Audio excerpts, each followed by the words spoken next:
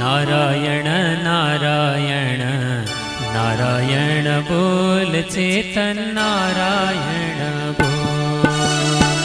नारायण नारायण नारायण बोल चेतन नारायण बोल। नारायण बोल न लाई नारायण बोल न लाई साही दई नमो।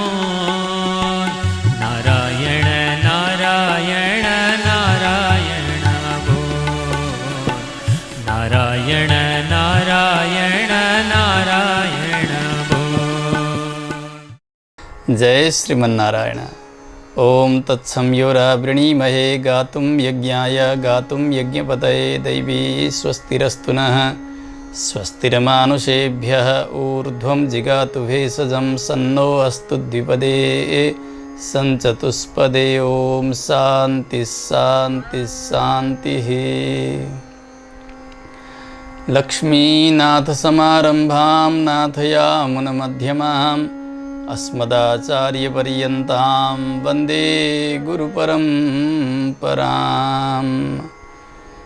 मौद्गल्यवंशं सुलभं सुशीलं रामानुजार्यस्य मताश्रयन्तम् श्रीमत्सुखाचार्यकृपैकभाजं श्रीदेवकीनन्दनवरेयमीडे। सर्वमङ्गलमाङ्गल्यं सर्वोपद्रवनाशनं वन्दे रामानुजार्यस्य नित्यं पादाम्बुजद्वयम्। तत्त्वेन यश्चिदचिदीश्वर तत्स्वभाव भोगापवर्गतदुपायगतिरुदारः सन्दर्शयन्निरमिमीतपुराणरत्नं तस्मै नमो मुनिवराय पराशराय। मेघश्यामं पीतकौशेयवासं श्रीवत्साङ्कं कौस्तुभोदभासिताङ्गं पुण्योपेतं पुण्डरीकायताक्षं विष्णुं वन्दे सर्वलोकैकनाथम्।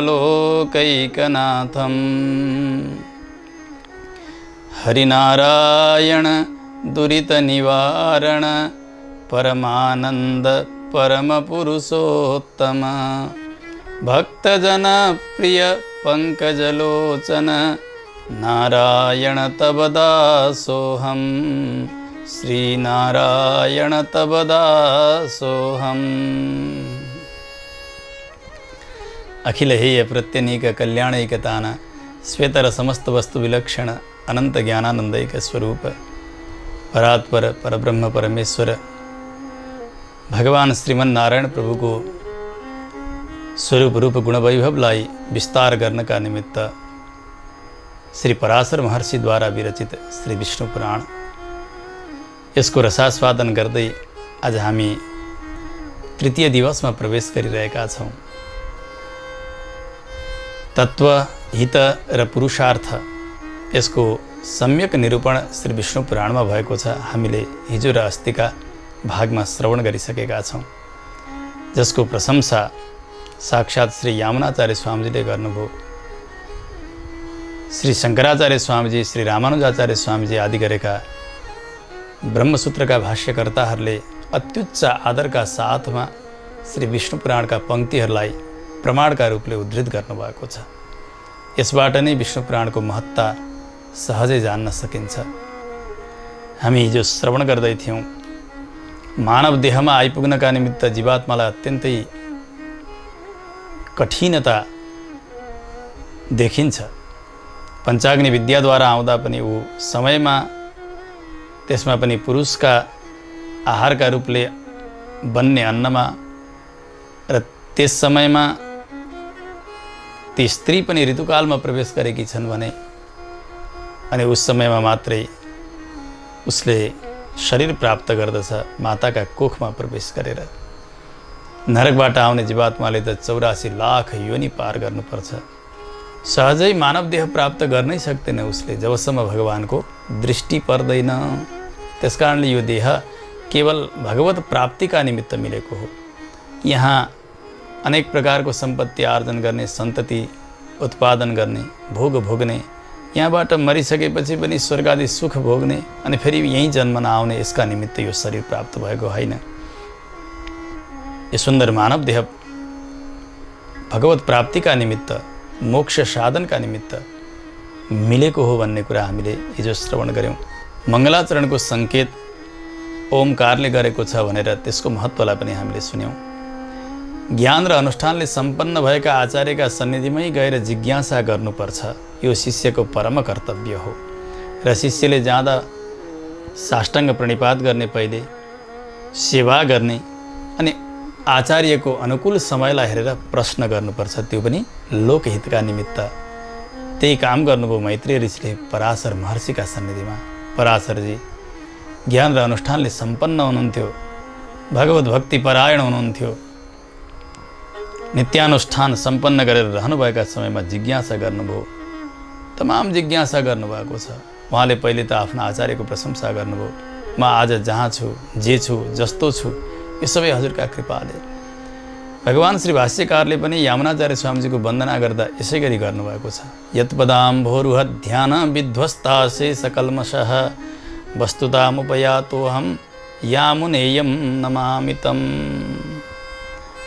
हजुरका चरणकमलको ध्यानले नै मेरा सारा कल्मसहरू नाश भएका हुन् हे आचार्यवर।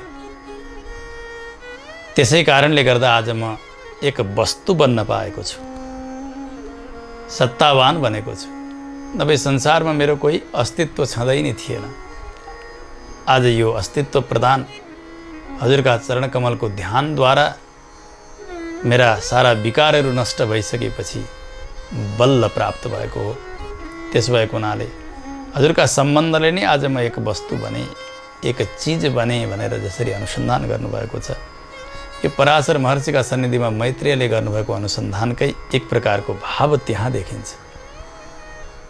भन्नुभयो मसँग विरोध गर्ने शत्रुहरूले पनि यो मैत्रेयले केही जानेको छैन भन्न सक्दैनन्, त्यसो हजुरका कृपाले हो।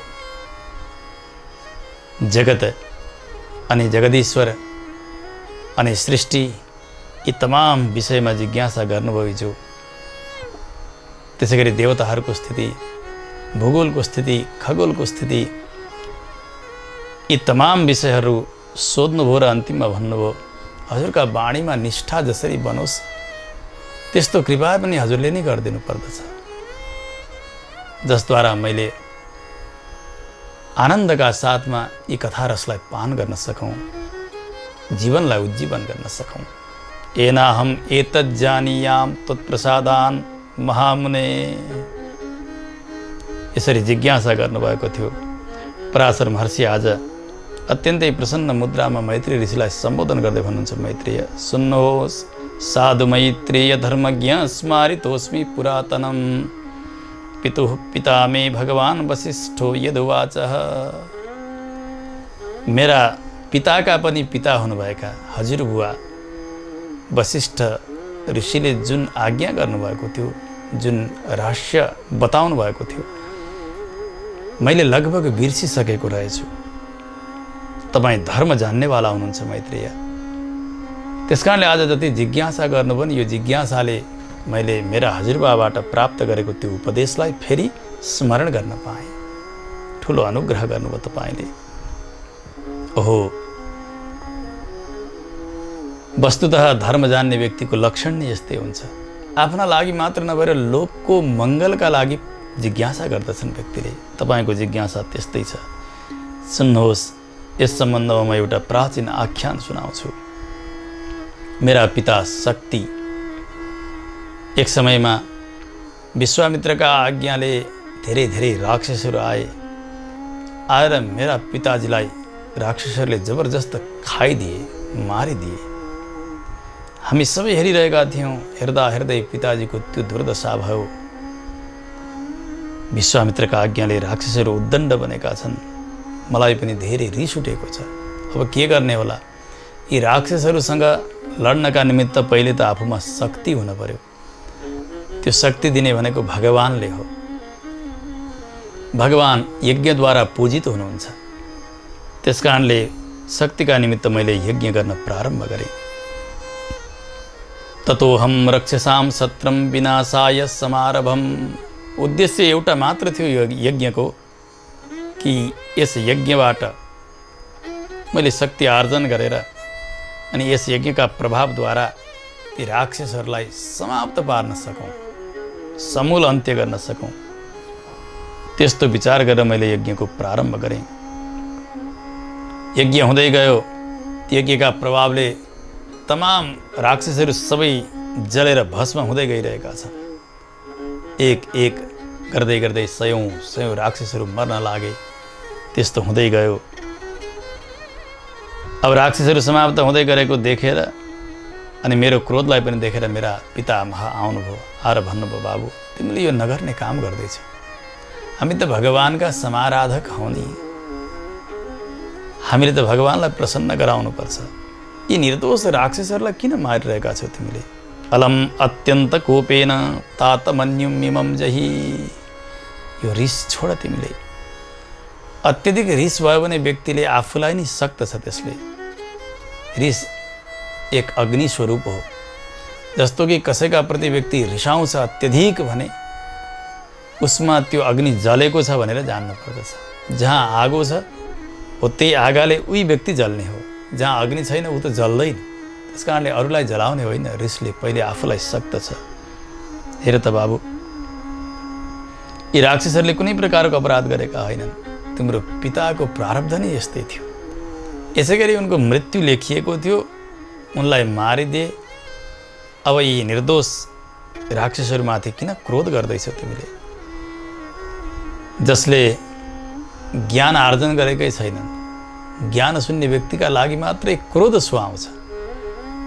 अत्यधिक ज्ञानीलाई क्रोध शोभा दिँदैन। व्यक्ति ज्ञानी छ, तपस्वी छ अनि अति रिसाउँछ भने त्यो उसलाई सुहाउँदैन। हेर्नेले भन्दछन्, हो हेर हेर कस्तो हँसाउँदो भयो यो त यहाँलाई शोभा दिँदैन। आज त्यस्तै भइरहेको छ। आज किन पाप गरिरहेका छौ तिमीले? यिनीहरूलाई किन मारिरहेका छौ? सबैले आफ्नो प्रारब्ध भोग गर्ने त हो नि बाबु। पिताको प्रारब्ध त्यस्तै थियो। आजसम्म जसलाई तिमीले मार्यौ यज्ञका बहाना, ती सबैको पनि यति नै थियो समय यहाँ बाँच्नु। ती पनि समाप्त भए। तर अब तिमी शान्त हौ। यो क्रोधले तिमीलाई नै सक्दछ। क्रोध यस्तो अग्नि हो बाबु। जीवात्माले जन्म जन्मान्तरमा धेरै धेरै तपस्या गरेको हुन्छ। धेरै सुकृतहरू पुण्यहरू आर्जन गरेको हुन्छ। त्यो सञ्चित सुकृतलाई एकपटकको रिसले सबै आगो लगाए बराबर हुन्छ। जस्तो कि आफ्ना भकारीमा धेरै अन्न सङ्ग्रह गरेर राखेको छ अनि एकाएक रिसाएर सलाई कोरेर त्यहाँ आगो लगाइदिने हो भने के हुन्छ? त्यो सबै नष्ट भएर जान्छ। यसै गरी हामीले आर्जन गरेका जति पनि शुभ कर्महरू छन् नि, ती सारा शुभ कर्महरू व्यक्ति रिसाउँदा जलेर समाप्त भएका हुन्छन्। त्यसो हुनाले हेर्नु, अस्थानमा बिना कारण व्यक्ति धेरै रिसाउनु हुन्न। रिसले उसलाई नै सक्ने हो। सञ्चितस्यापि महता वत्स क्लेशेन मानवैः यशस्तपसश्चैव क्रोधो नाशकरः परः। आफूले कमाएका सञ्चित कर्महरू मात्र होइन, व्यक्ति तपस्या गर्दैछ अनि बीचबीचमा ऊ रिसाउँदैछ भने त्यो तपस्या त्यही नै समाप्त भएर जान्छ। क्रोध गर्ने व्यक्तिको यो लोक पनि छैन र परलोक पनि छैन। यहाँ किन छैन भन्दा यहाँको सुख भनेको क्रोधले समाप्त पारिदियो। उसका नजिकै न कोही मित्रजन आउँछन्, प्रेमीजन पनि आउँदैनन् अनि उसलाई सुख भन्ने केही थाहै नभइकन उसले यहाँ बिताउनु पर्ने हुन्छ। अभावमा, पीडामा, रागमा, असन्तुष्टिमा उसको जीवन बितेर गएको हुन्छ। अब पूर्वजन्मका कर्मका प्रभावले परलोक प्राप्त हुन्थ्यो भने पूर्वजन्मका कर्महरू पनि क्रोधले जलाएर समाप्त पारिदियो उसले। यस जन्ममा शुभ कर्म गर्नै सक्दैन क्रोधी व्यक्तिले। त्यस कारणले शुभ कर्म नभइकन स्वर्ग आदि सुख पनि प्राप्त गर्न सक्दैन। स्वर्ग आदि सुख त साध्न सक्दैन भने क्रोधी व्यक्तिले परमात्मालाई कसरी प्राप्त गर्न सक्दछ र? त्यस कारणले यो रिस अत्यन्तै ठुलो शत्रु हो, यसलाई छोडिदिनुपर्छ। वर्जयन्ती सदा क्रोधम तातमा तद्वसो भव। बडे बडे ज्ञानीहरू, ऋषिहरू यी सबै प्रकारका पुरुषार्थलाई नाश गरिदिने क्रोधलाई त्यागेर सदा शान्त हृदयले बसिरहेका हुन्छन्। त्यसो हुनाले तिमीले पनि सुहाउँदैन बाबु, अब क्रोध त्यागिदेऊ, छोडिदेऊ। यी जति जति मरेका छन् नि निशाचरहरू, यी प्रारब्ध अनुसार नै मरेका हुन् भनेर मान। अब तिमीले यज्ञ यहीँ नै बन्द गरिदिनु पर्दछ। शत्रम ते विरमतु, किनभने क्षमा नै सबैभन्दा ठुलो गहना हो व्यक्तिको। कोही अपराधी आयो, धेरै अपराध गरेको छ, आएर क्षमा याचना गर्दछ भने उसलाई कति सङ्कोच नगरिकन क्षमादान गरिदिनुपर्छ। कमसेकम आयो त ऊ, अब ऊ सुध्रन्छ, लोकको मङ्गलका निमित्त उसले कार्य गर्दछ। त्यसकारणले क्षमादान गर्नुपर्छ ज्ञानीहरूले। बाबु अब यी सबै निशाचरहरूलाई क्षमा गरिदेऊ तिमीले। यही हो साधुको लक्षण भनेको। सबै प्रकारका द्वन्द्वहरूलाई, कष्टहरूलाई, पीडाहरूलाई सहन गर्न सक्ने अनि अत्यन्तै विपरीत स्थितिमा पनि मुस्कुराउन सक्ने, आनन्दानुभूति गर्न सक्ने र अपराधीहरूलाई क्षमादान गर्न सक्ने यस्तालाई नै साधु भनेर शास्त्रले बताएका छन्। क्षमा सारा ही साधवः, क्षमा नै सार हो साधुका निमित्त। यस प्रकारले वशिष्ठ ऋषिले आएर पराशर महर्षिलाई धेरै सम्झाउनु हो। आफ्ना पिताको मृत्यु ती राक्षसहरूका क्रोधका कारण, उनीहरूका आक्रमणका कारण भएकै कारण रिसाउनु भएको थियो पराशर। तर पितामहले सम्झाइसकेपछि अब अलि शान्त हुनुभयो। आज मैत्रेयलाई सम्बोधन गर्दै भन्नुहुन्छ, हे मैत्रेय, पितामहका आज्ञाले मैले यज्ञ अब विश्राम गर्ने यस्तो इच्छा गरेँ। तत्कालै मैले यज्ञको उपसंहार गरेँ, किनभने आफूभन्दा ठुलाले भनेको मान्नुपर्छ, यो शिष्टाचार हो। आफ्ना पिताले, पितामहले सन्ततिको भलाइकै निमित्त केही भन्दै गरेका हुन्छन्, यो कुरा मान्नुपर्छ। यसरी जब म यज्ञबाट विरत भएँ, बिस्तारै बिस्तारै आफूलाई सम्हाल्दै गएको थिएँ। राक्षसहरूप्रति दयाभाव जाग्दै गरेको थियो, मैले क्षमा दिँदै गरेको थिएँ। त्यसै समयमा राक्षसहरूका कुलवृद्ध पुलस्त्य ऋषि आउनुभयो। त्यहाँ पुलस्त्य ऋषि आउने बित्तिकै मेरा पितामह वशिष्ठ उठ्नुहुन्छ, उठेर स्वागत गर्नुभयो, आसनमा राख्नुभयो। म देखिरहेको छु। चरण प्रक्षालन गर्नुभयो, अर्घ्यपाद्य आचमन धूपदीप नैवेद्य आदि सारा उपचारहरूद्वारा सेवा सम्पन्न गर्नुभयो पुलस्त्य ऋषिको मेरा पितामहले। 16 उपचार सेवा प्रसन्न हुनुभएको छ पुलस्त्य ऋषि। उहाँले म प्रति यसो हेरेर भन्नुभयो, मेरा पितामहलाई पनि यसो हेर्नुभयो र भन्नुभयो, हे ऋषि वशिष्ठ, तपाईँका यी नाति तपाईँका वाणीलाई यिनले अङ्गीकार गरे। आज विनाशको बाटो छोडेर यिनी आत्मकल्याणका मार्गमा अगाडि बढेका छन्। त्यसैले म यहाँ आएको हुँ। वैरे महति यद्वाक्याद् गुरोरद्याश्रिता क्षमा त्वया तस्मात् समस्तानि भवान् शास्त्राणि वेत्स्यति। पराशर महर्षि बताउँदै हुनुहुन्छ, हे मैत्रेय, मलाई हेरेर भन्नुभयो पुलस्त्य ऋषिले, बाबु तिमीले पितामहका आज्ञाले सारा वैरभाव छोडिदेऊ, क्षमा गरिदेऊ। म प्रसन्न भएँ। त्यसकारणले म आज तिमीलाई एक वरदान दिँदैछु, सुन। भवान् शास्त्राणि वेत्स्यति, समग्र शास्त्रका वेत्ता हुनेछौ तिमी। तिम्रा निमित्त सम्पूर्ण शास्त्रहरू उपस्थित भइदिनेछन्। यस प्रकारको महान वरदान दिनुभयो मलाई। भन्नुभयो, मेरा सन्ततिको उच्छेद गर्दै थियो, विनाश गर्दै थियो राक्षस कुलको। यति क्रुद्ध भएका थियो, तर त्यो क्रोधलाई रोक्न सामान्य व्यक्तिको बसको विषय होइन। तर आफ्ना मान्यजनले भन्नुभयो भनेर तिमीले त्यस्तो बसमा आउन नसक्ने क्रोधलाई पनि अधीन गर्यौ। त्यसकारणले म अर्को पनि तिमीलाई वर प्रदान गर्दछु, सुन। पुराण संहिता कर्ता भवान् वत्स भविष्यति। तिमी पुराण संहिताका कर्ता बन्नेछौ। कर्ता माने वक्ता बन्नेछौ। पराशर महर्षिले विष्णु पुराणको उपदेश गर्नुभएको। यो उपदेश श्रुति परम्पराद्वारा नै आउँदै आउँदै धेरै अगाडि आइसकेपछि अनि यसलाई लिपिबद्ध गरिएको जब व्यक्तिको बुद्धि कम हुँदै जान्छ, उसले सुनेर मात्र याद गर्न सक्दैन, उसका लागि ग्रन्थ चाहिन्छ।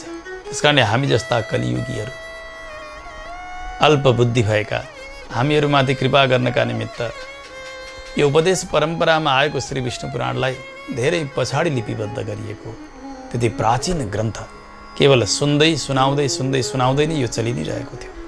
त्यसकारणले तिमी त्यस्ता वक्ता बन्नेछौ, तिमीले देवताहरूको स्वरूपलाई जान्नेछौ, जगतको स्वरूपलाई जान्नेछौ, ईश्वरलाई जान्नेछौ अनि तिमीले कर्म सिद्धान्तलाई पनि राम्रोसँग जान्नेछौ। बाबु प्रवृत्ते च निवृत्ते च कर्मण्यस्तमलामतिः मत्प्रसादात् असन्दिग्धा तब वत्स भविष्यति। बाबु दुई प्रकारका कर्महरू हुन्छन्, एउटा प्रवृत्ति कर्म, अर्को निवृत्ति कर्म। प्रवृत्ति कर्म भनेको त्रिवर्ग प्राप्तिका निमित्त गरिने कर्म, काम्य कर्म जसलाई भनिन्छ। चार वर्ग हुन्छन्, धर्म, अर्थ, काम र मोक्ष, जसलाई पुरुषार्थ चतुष्टय भनेर बताइन्छ। त्यसमध्ये मोक्षलाई छोडेर तीनलाई त्रिवर्ग भनिन्छ, धर्म, अर्थ अनि काम। धर्म भनेको पुण्य, अर्थ भनेको सम्पत्ति, काम भनेको विषय सुख, इन्द्रिय सुख, जसलाई भोग भनेर बताइन्छ।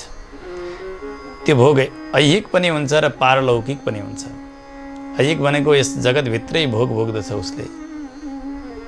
त्यसै गरी पुण्यका बलमा प्राप्त हुने लोकमा गएर वहाँ गएर अप्सरा रमण, त्यसै अमृतपान आदि गरेका भोगहरू उहाँका भोग हुन्, जसलाई पारलौकिक भोग भनेर बताइएको छ। त्यो हुन्छ काम। धर्म, अर्थ र काम, यी तीनलाई त्रिवर्ग पुरुषार्थ भनिन्छ। यो पनि कस्तो हो र कस्ता कर्मद्वारा प्राप्त हुन्छ, त्यस्ता काम्य कर्महरू, जुन काम्य कर्मका बलमा यी पुरुषार्थहरू मिल्दछन्, त्यो पनि तिमीले जान्नेछौ। निवृत्ति कर्मलाई पनि तिमीले जान्नेछौ, जसलाई निवृत्ति मार्ग भनिन्छ, जहाँ निष्काम कर्म गरिन्छ, केवल भगवानका सेवाका निमित्त।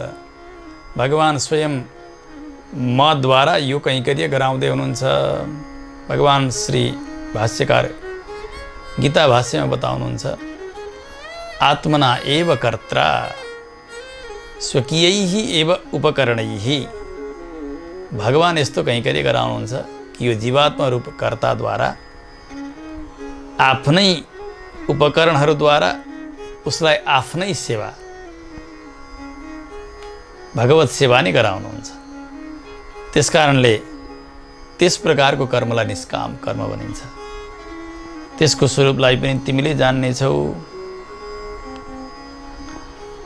त्यसै गरी जुन प्रकारको सन्देह छ तिमीलाई काम्य कर्म र त्यसका फलका विषयमा, निष्काम कर्म र उसका फलका विषयमा, यस प्रकारको सन्देह आजका दिनबाट टाढा भएर जानेछ। तिमीलाई कुनै प्रकारको अब निश्चय गर्नका लागि अप्ठ्यारो रहने छैन। तिमीले निर्णय गर्नेछौ बाबु, यस्ता ज्ञानी बन्नेछौ। यस प्रकारले वरदान प्रदान गर्नुभयो पुलस्त्य ऋषिले। मैत्रेय ऋषिलाई बताउँदै हुनुहुन्छ, पराशर महर्षि सुन्नुहोस्, मेरा पितामह पनि सुनिरहनु भएको थियो। पुलस्त्य ऋषिको यो वरदानलाई सुनिसकेपछि मेरा पितामहले पनि अनुमोदन गरिदिनु भयो। भन्नुभयो, बाबु पुलस्तेन यदुक्तम ते सर्वमेतद भविष्यति। ऋषि पुलस्त्यले जे आज्ञा गर्नुभएको छ तिमीलाई त्यो सबै नै प्राप्त हुनेछ। अब तिमी त्यस्तै ज्ञानी हुनेछौ, पुराणका वक्ता हुनेछौ, कर्म सिद्धान्तलाई जान्नेवाला हुनेछौ, फललाई पनि जान्नेवाला हुनेछौ। यस प्रकारले आज्ञा दिनुभएको छ। त्यसकारणले केवल पुलस्त्यको कृपा मात्र होइन, म माथि मेरा पितामह वशिष्ठको कृपा पनि परेको छ। त्यसकारणले उहाँहरूबाट जे मलाई मिलेको छ, उहाँहरूका कृपाले, त्यो वरदानले, त्यही नै म तपाईँलाई सुनाउने छु। यदुक्तम तत्स्मृतिम याति त्वत्प्रश्नात् अखिलम मम। तपाईँले गरेका प्रश्नका कारण मैले ती समग्र विषयहरूलाई आज सम्झिरहेको छु। कोही एक व्यक्ति जिज्ञासु हुनुपर्छ। हेर्नु, जस्तो कि एउटा धेरै दुध दिने गाई, उसका फाँचाभरि दुधै दुध छ, तर त्यसलाई पगार्ने बाछो भएन भने त्यो दुध त्यति सहजै तान्न सकिन्न, दुहुन सकिन्न। बाछाले गएर त्यसलाई चुसेर पगारिदियो भने अनि त्यसलाई सहजैसँग हामीले कोही पात्रमा दुहुन सक्दछौँ।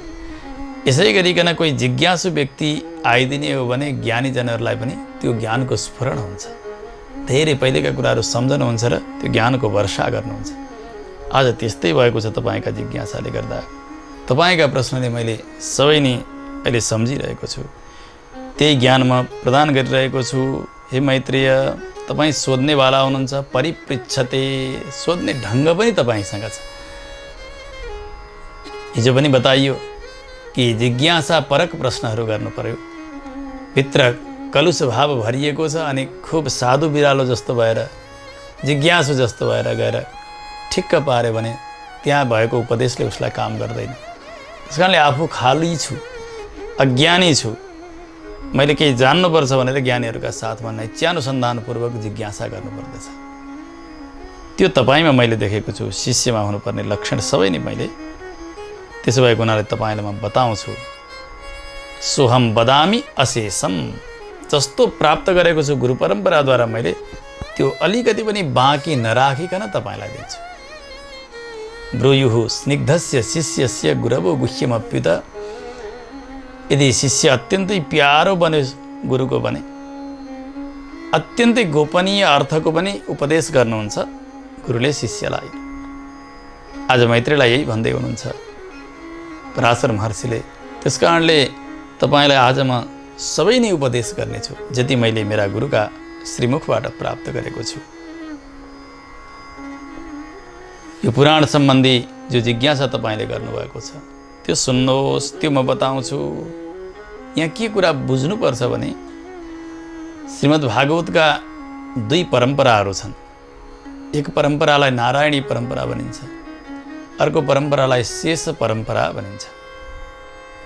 नारायणी परम्परामा भगवान श्रीमन्नारायण प्रभुले ब्रह्मालाई चतुश्लोकी भागवत प्रदान गर्नुभयो। ब्रह्माले नारदलाई, नारदले व्यासलाई, व्यासले यसलाई विस्तार गरिदिनु भयो, 18,000 श्लोकले युक्त भएको बनाउनु भयो र त्यो आफ्ना पुत्र श्री सुखदेवलाई सुनाउनु भयो।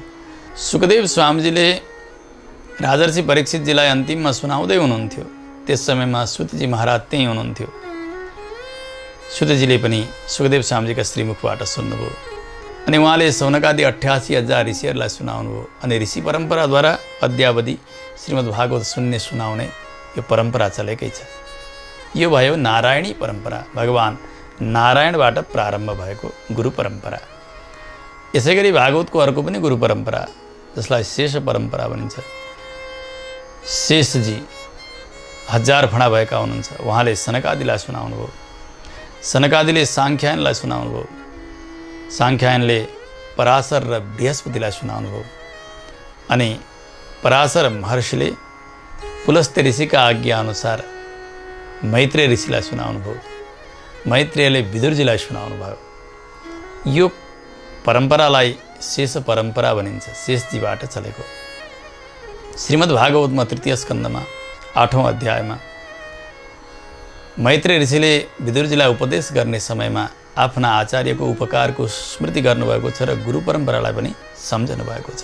प्रोवाच मह्यं सदयालुरुक्तो मुनिः पुलस्तेन पुराणमाद्यं, सोऽहं तवैतत् कथयामि वत्स श्रद्धालवे नित्यमनुव्रताय। हे विदुरजी, यसरी शेषबाट सनकादिबाट साङ्ख्यायनबाट मेरा गुरु पराशर अनि पराशर महर्षिले कृपा गरेर मलाई दिइबक्सेको जो ज्ञान हो यो म तपाईँलाई सुनाउँदैछु। मुनिः पुलस्तेन, पुलस्त्य ऋषिका प्रेरणाद्वारा जुन ज्ञान प्रदान गर्नुभयो मेरा गुरुले मलाई, यो इतिहास श्री विष्णु पुराणको यस इतिहाससँग मिल्दछ। यहाँ पुलस्त्य ऋषिले नै आशीर्वाद प्रदान गर्नुभएको छ, वरदान प्रदान गर्नुभएको छ। तिमी बाबु पुराणका वक्ता हुनेछौ, ज्ञानी हुनेछौ, प्रवृत्ति मार्ग निवृत्ति मार्ग सबैलाई जान्नेवाला हुनेछौ, तत्त्वज्ञ हुनेछौ। यस प्रकारको आशीर्वाद थियो, उहाँको प्रेरणा यहाँ देखिन्छ। त्यही कुरा श्रीमद् भागवतमा मैत्रेय ऋषिले भन्नुभयो कि पुलस्त्य ऋषिका आज्ञा अनुसार उहाँका प्रेरणा अनुसार मेरा गुरुदेव श्री पराशर महर्षिले मलाई यो ज्ञान प्रदान गर्नुभयो। सोहम तवैतत् कथयामि वत्स श्रद्धालवे नित्यमनुव्रताय। विदुरजी, तपाईँमा शिष्यमा हुनुपर्ने लक्षण मैले देखेको छु। पहिला त हो श्रद्धा। गुरुमा श्रद्धा हुनु पर्यो, गुरुका उपदेशमा श्रद्धा हुनु पर्यो, अनि मात्रै त्यो उपदेशले काम गर्दछ। यो तपाईँमा देखिरहेको छु। त्यसै गरी तपाईँ आचारनिष्ठ पनि हुनुहुन्छ।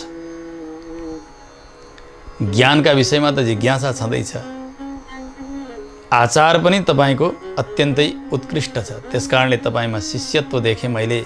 मेरा आचार्यबाट प्राप्त भएको यो ज्ञान तपाईँलाई प्रदान गर्दछु भनेर उपदेश प्रारम्भ गर्नुभएको छ मैत्रेय ऋषिले। यसबाट के जानिन्छ भने श्रीमद् भागवतको विषय र श्री विष्णु पुराणको विषय एउटै नै हो, प्रतिपाद्य विषय। यसका परम तत्त्व भनेका भगवान सर्वेश्वर नारायण हुनुहुन्छ। श्रीमद् भागवतमा पनि त्यही कुरा नै बताइन्छ।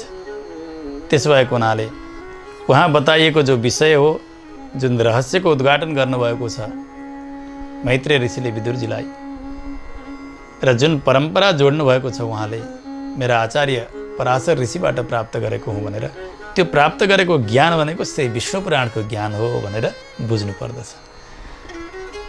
आखिर विषय एउटै भएको हुनाले अब उपदेश गर्दाखेरि त्यसलाई मैत्रेय ऋषिले विदुरजीलाई प्रदान गर्नुभयो। विष्णु पुराणको विषय र श्रीमद् भागवतको विषय एउटै नै हो। यो कुरा हामीले राम्रोसँग सम्झनु पर्दछ। त्यस्तो रहस्य तपाईँलाई म प्रदान गरिरहेको छु, सुन्नुहोस्। यथा अधीतम यथा मति अनुसार जति अध्ययन गर्न सकिएको छ अनि जति आफूले ग्रहण गर्न सकिएको छ र जति बताउन सकिन्छ त्यति नै तपाईँलाई बताउने छु, सुन्नुहोस्। भगवान जगतका एकमात्र कारण हुनुहुन्छ। जगतका मूल भनेका भगवान नै। शास्त्रले बताउँछन् कारणं तु ध्येयः, जो कारण हो उसकै ध्यान गर्नुपर्दछ।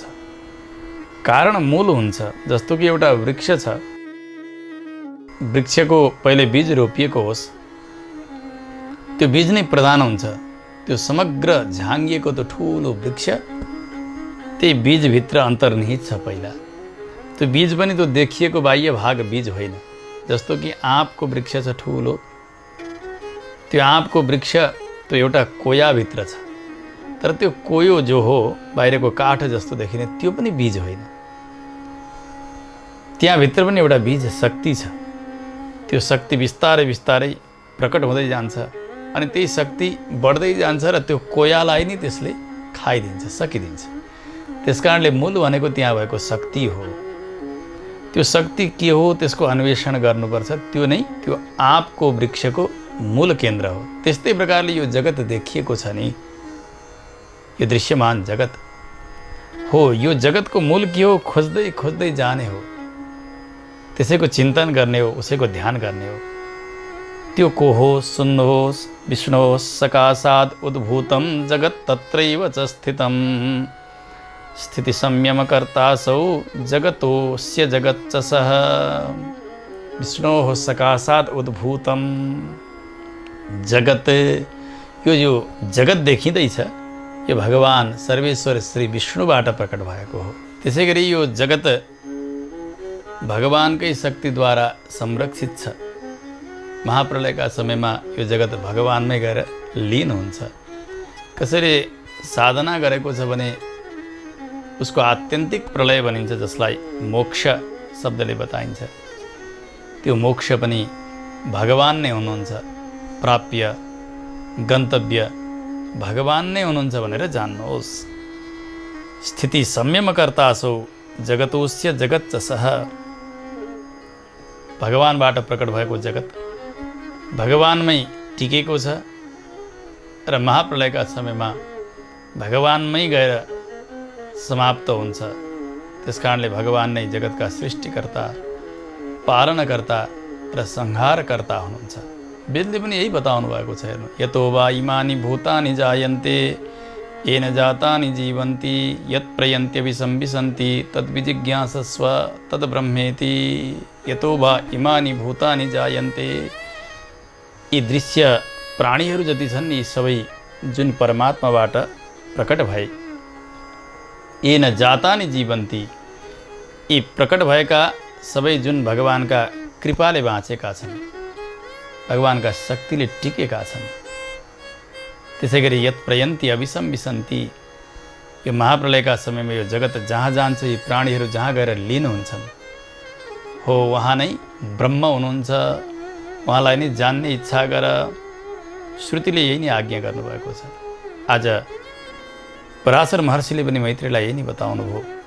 यो जगतभित्र मूलतया दुई चिज, एउटा जड, अर्को चेतन। जगत शब्दको अर्थ हुन्छ गच्छति ती जगत, जो चलिरहन्छ, परिवर्तनशील छ, त्यसलाई भनिन्छ जगत। यसमा दुई भए, एउटा जड अर्को चेतन। जड भनेको जसमा ज्ञान छैन, ढुङ्गो, मुडो, माटो, यी सबै नै जड कोटीमा आउँछन्। यसै गरी चेतन, जसमा ज्ञान छ, चेतना छ। चेतनमा पनि दुई प्रकार, विशेष गरी एक स्थावर, अर्को जङ्गम। स्थावर भनेको तिष्ठति ती स्थावरः स्थागति निवृत्तौ, जो जहाँ जन्मिएको छ त्यही नै हुर्क्यो, त्यही बढ्यो, अनि त्यही नै पुनः बीज उत्पन्न गर्यो, अनि त्यही समाप्त भयो। हो यस्तालाई स्थावर भनिन्छ। झारहरू भए, लहराहरू भए, बुट्टाहरू भए, बडे बडे वृक्षहरू भए, यी सबै स्थावर कोटिका हुन्।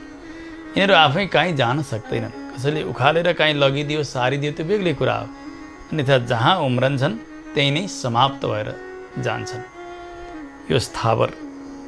त्यसै गरी जङ्गम। जङ्गम भनेको आफ्ना पङ्खद्वारा, आफ्ना गोडाद्वारा शरीर घस्राएर जसरी तसरी पनि एक ठाउँबाट अर्को ठाउँ जान सक्ने प्राणीहरूलाई जङ्गम भनिन्छ। देवता भए, मनुष्य भए, तिर्यक भए, यी सबै जङ्गम कोटीमा पर्दछन्। ती जङ्गमहरूमध्ये पनि उत्तम जङ्गम भनेको मानव हो। ऊ आफ्नो हातले केही उठाउन सक्छ, अर्कालाई केही दिन सक्छ, अर्काको सहायक बन्न सक्दछ। उसमा विवेक पनि अत्यधिक छ। उसका लागि कला पनि भगवानले दिनुभएको छ।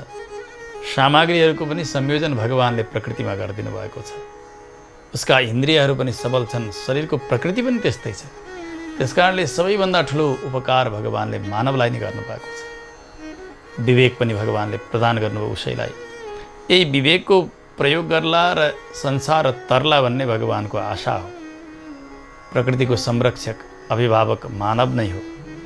उसको अलिकति गल्तीले गर्दा सम्पूर्ण प्रकृतिमा विध्वंस मच्चिन्छ, सबैतिर हाहाकार हुन्छ। त्यसो हुनाले उसले विवेकशील बन्नुपर्दछ। ज्ञान नै उसका लागि परम गहना हो। यही कुरा शास्त्रले बताउनुहुन्छ। ज्ञानम हि तेषां अधिको विशेषः ज्ञानेन हीनाः पशुभिः समानाः। ज्ञान नहुने हो भने ऊ पशु समान हुन्छ। पशुले पनि खान जानेको हुन्छ, सुत्न जानेको हुन्छ, सन्तान उत्पत्ति गर्न जानेको हुन्छ, केही न केही आफ्ना शक्तिअनुसार सङ्ग्रह गर्न पनि जानेको हुन्छ। उसले डराउन जानेको हुन्छ। यदि त्यति गर्नकै निमित्त यो मानव देह मिलेको हो भन्ने हो भने पशु र हामीमा के फरक पर्यो र? पशु 4 गोडाले हिँड्छ, हामी 2 गोडाले। उसको पुच्छर छ, हामीसँग छैन। उसँग सिङ छ, हामीसँग छैन। तर पुच्छर र सिङ नभएको पशु भने हामी नै हौँ, मानव रूपी पशु। त्यसो भएको हुनाले भगवानले यति ठुलो कृपा गर्नुभएको छ, यति ठुलो दया भगवानले गर्नुभएको छ मानवका प्रति। त्यस्तो उपकारलाई उसले अवश्य पनि सम्झनु पर्दछ। त्यो उपकारको स्मृति भनेकै भगवानलाई हृदयबाट सम्झने, आफ्ना वचनले भगवानको स्तुति गर्ने, मनले भगवानको ध्यान गर्ने, शरीरले भगवानको सेवा गर्ने, भगवानका शरीर बनेका यी समग्र प्राणीहरूको सेवा गर्ने, यो उसको मानवता हो। यही नै उसको कर्तव्य हो। भगवान परतत्व हुनुहुन्छ, उहाँतर्फ नै यसले उन्मुख हुनुपर्दछ। त्यसका लागि उसले आफ्नो कर्तव्य बोध गर्नुपर्छ। त्यसैले त हेर्नु, सबैभन्दा पहिले भगवानलाई वन्दना गर्ने, भगवानको आज्ञा लिने, अनि कार्य प्रारम्भ गर्ने। आज मैत्रेय ऋषिले जिज्ञासा गर्नुभए अनुसार पराशर महर्षि पहिले उहाँको प्रारम्भिक समाधान भगवानको मङ्गलाचरण नगरिकन मनद्वारा भगवानलाई सम्झेर गर्न प्रारम्भ गर्नुभयो। अब भने उहाँको अलिकति धैर्यलाई देखेर आफ्ना इष्टदेवको नमस्कारात्मक मङ्गलाचरण प्रारम्भ गर्नुभएको छ। मङ्गलाचरण 3 प्रकारका हुन्छन्, हामीले पहिले पनि सुनेका छौँ। एक आशीर्वादात्मक, अर्को वस्तु निर्देशात्मक र अर्को हुन्छ इष्टदेव नमस्कारात्मक। यी मङ्गल किन गरिन्छन्? अमङ्गललाई नाश गर्नका निमित्त, कार्यको सिद्धिका निमित्त, कुनै प्रकारको विघ्न नआओस् भन्नका निमित्त। त्यसकारणले कसैको भलो चिताउनु शब्दतः उसको मङ्गलको कामना गर्नु यो पनि मङ्गलाचरण हो। जस्तो कि ठुला व्यक्तिले सानोलाई बाबु तिम्रो कल्याण होस्, मङ्गल होस् भनिदिन्छन्। हृदयबाट यदि आशीर्वाद दिने हो भने उसको मङ्गलै हुन्छ। तर आशीर्वाद केवल ठुलाले सानालाई नै दिनुपर्छ भन्ने निर्बन्ध चाहिँ छैन। कहिलेकाहीँ विशेष स्थितिमा सानाले ठुलालाई पनि आशीर्वाद दिइन्छ। शास्त्रमा यस्तो र शिष्टाचारमा पनि यस्तो वर्णन हामीले प्राप्त गर्दछौँ। जस्तो कि 2 प्रकारका अवस्था हुन्छन् भक्तका। एउटा हुन्छ प्रेमको अवस्था, अर्को ज्ञानको अवस्था। ज्ञानका अवस्थामा उसलाई लाग्दछ हो यत्रो तमाम ब्रह्माण्डको एकैपटक रचना गर्न सक्ने भगवान, उहाँलाई कहाँबाट अमङ्गलले छुन्छ र, कहाँबाट कष्टले छुन्छ र उहाँको मङ्गलको कामना गर्नु केही काम छैन। त्यस कारणले भगवानको मङ्गलानुशासन गर्न पर्दैन। ज्ञानीले यही नै सम्झने हो। जसले मुखबाट अग्नि प्रकट गर्यो, दावानल पान गर्यो, समुद्रमा शयन गर्छ, त्यस्ता ईश्वरलाई कहाँबाट अमङ्गलले छुन सक्दछ र? आपत्तिले त छुँदैन। त्यस कारणले हाम्रो मङ्गलको कोही काम छैन भनेर ज्ञानीहरूले भगवानको मङ्गलको कामना गर्नुहुन्न। प्रेमी भक्तहरू, उहाँहरूका हृदयमा प्रेम जब बढ्दै गयो, प्रेममा पागल बन्न लाग्नुहुन्छ।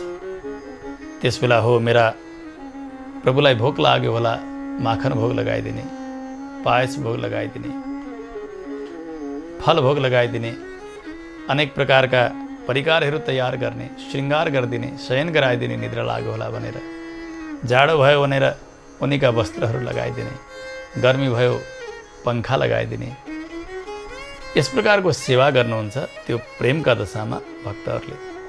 त्यसैले त प्रेमले ओतप्रोत भएर उहाँहरूले गान गर्नुहुन्छ। सुमङ्गलम मङ्गलम ईश्वरायते, सुमङ्गलम मङ्गलम अच्युतायते, सुमङ्गलम मङ्गलम अन्तरात्मने, सुमङ्गलम मङ्गलम अब्जनावते। हे ईश्वर हजुरको मङ्गल होस्, हे अच्युत हजुरको मङ्गल होस्, हे प्रभु, हे कमलनाभ हजुरको मङ्गल होस्, कल्याण होस्।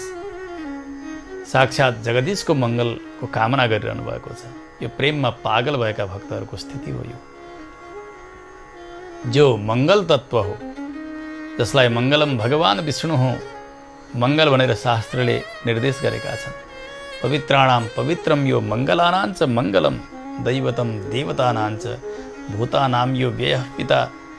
जो पवित्र वस्तुहरूमध्ये उत्तम पवित्र चिज हो, अतिशय पवित्र, मङ्गलमा पनि अतिशय मङ्गल, देवताहरूको पनि देवता, उसलाई विघ्न कहाँबाट आउँछ र? तर प्रेममा पागल भएका भक्तहरू हे ईश्वर हजुरको मङ्गल होस्, यसरी मङ्गलको कामना गर्नुहुन्छ। यसलाई भनिन्छ आशीर्वादात्मक मङ्गलाचरण। सानाले पनि ठुलालाई, भक्तले पनि भगवानलाई, शिष्यले पनि गुरुलाई, पुत्रले पनि पितालाई, पितामहलाई यस प्रकारको मङ्गल चिताउन सक्दछन्। यसलाई भनिन्छ आशीर्वादात्मक मङ्गलाचरण। ठुलाले सानालाई दिने आशीर्वाद त छँदै नै छ। यसै गरी वस्तु निर्देशात्मक मङ्गलाचरण हुन्छ। आफूले बनाउन लागि ग्रन्थमा कस्तो विषयवस्तु प्रतिपादन गरिँदैछ त्यसको सङ्केत गरिएको हुन्छ।